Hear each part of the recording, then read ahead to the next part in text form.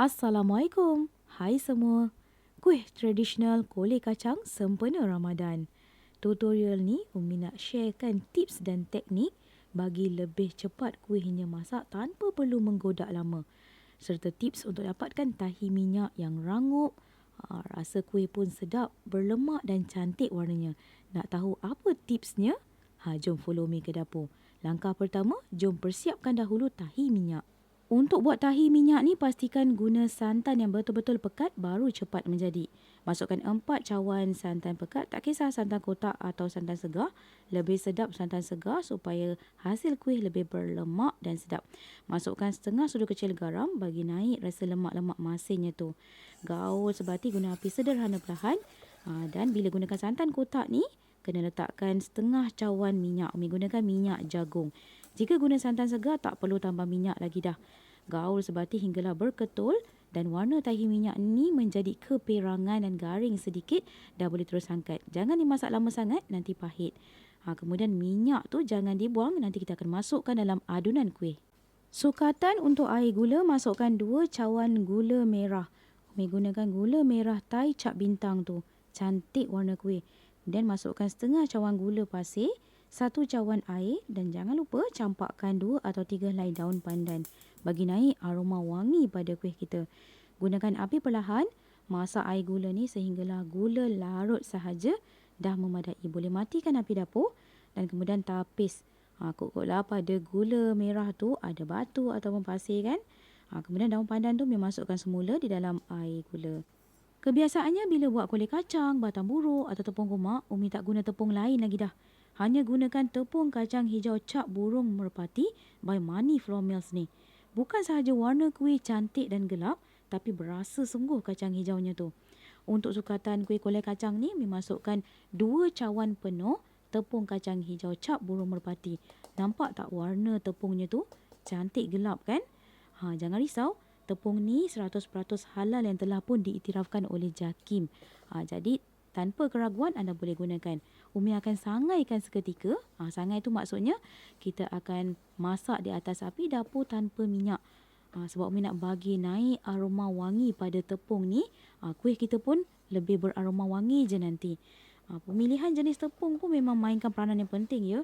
Untuk dapatkan warna kuih yang cantik dan gelap. Orang kata apa tu, bila kita makan tu memang berasalah keaslian rasa kacang hijau tanpa dicampur dengan apa-apa bahan lain.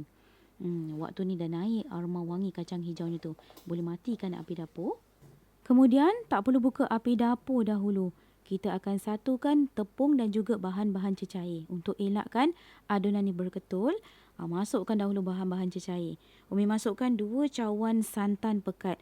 Kalau boleh gunakan santan segar yang pekat dan fresh supaya hasil kuih kita lebih berlemak dan berkilat.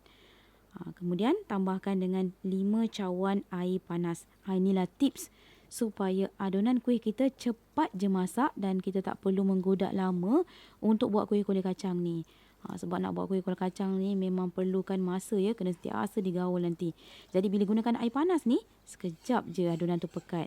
Gaul sebati dan nampak tak ada ketulan, masukkan 1 sudu kecil garam dan adunan gula yang telah pun kita masak tadi masih lagi panas-panas ni.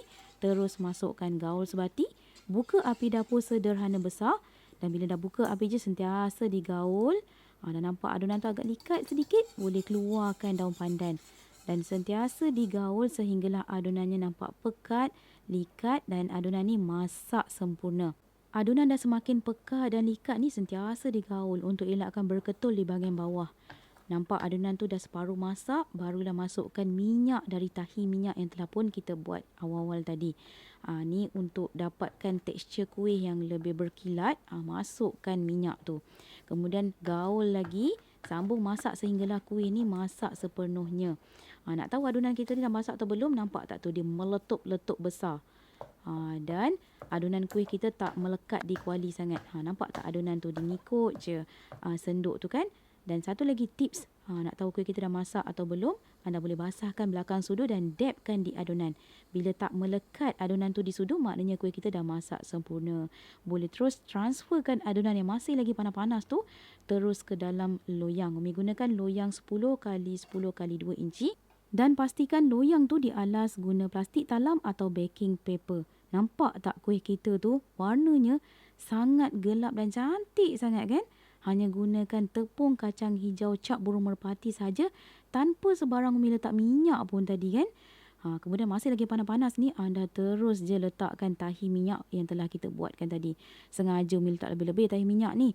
Barulah bila makan tu rasa lemak-lemak masin dari tahi minyak dan juga kuih yang memang berlemak sangat tu lah. Dan umi akan biarkan kuih ni menyejuk di suhu bilik sahaja. Tak perlu masukkan es bok. Bagi kuih tu dah suam-suam sedikit, bolehlah dipotong dan dimakan.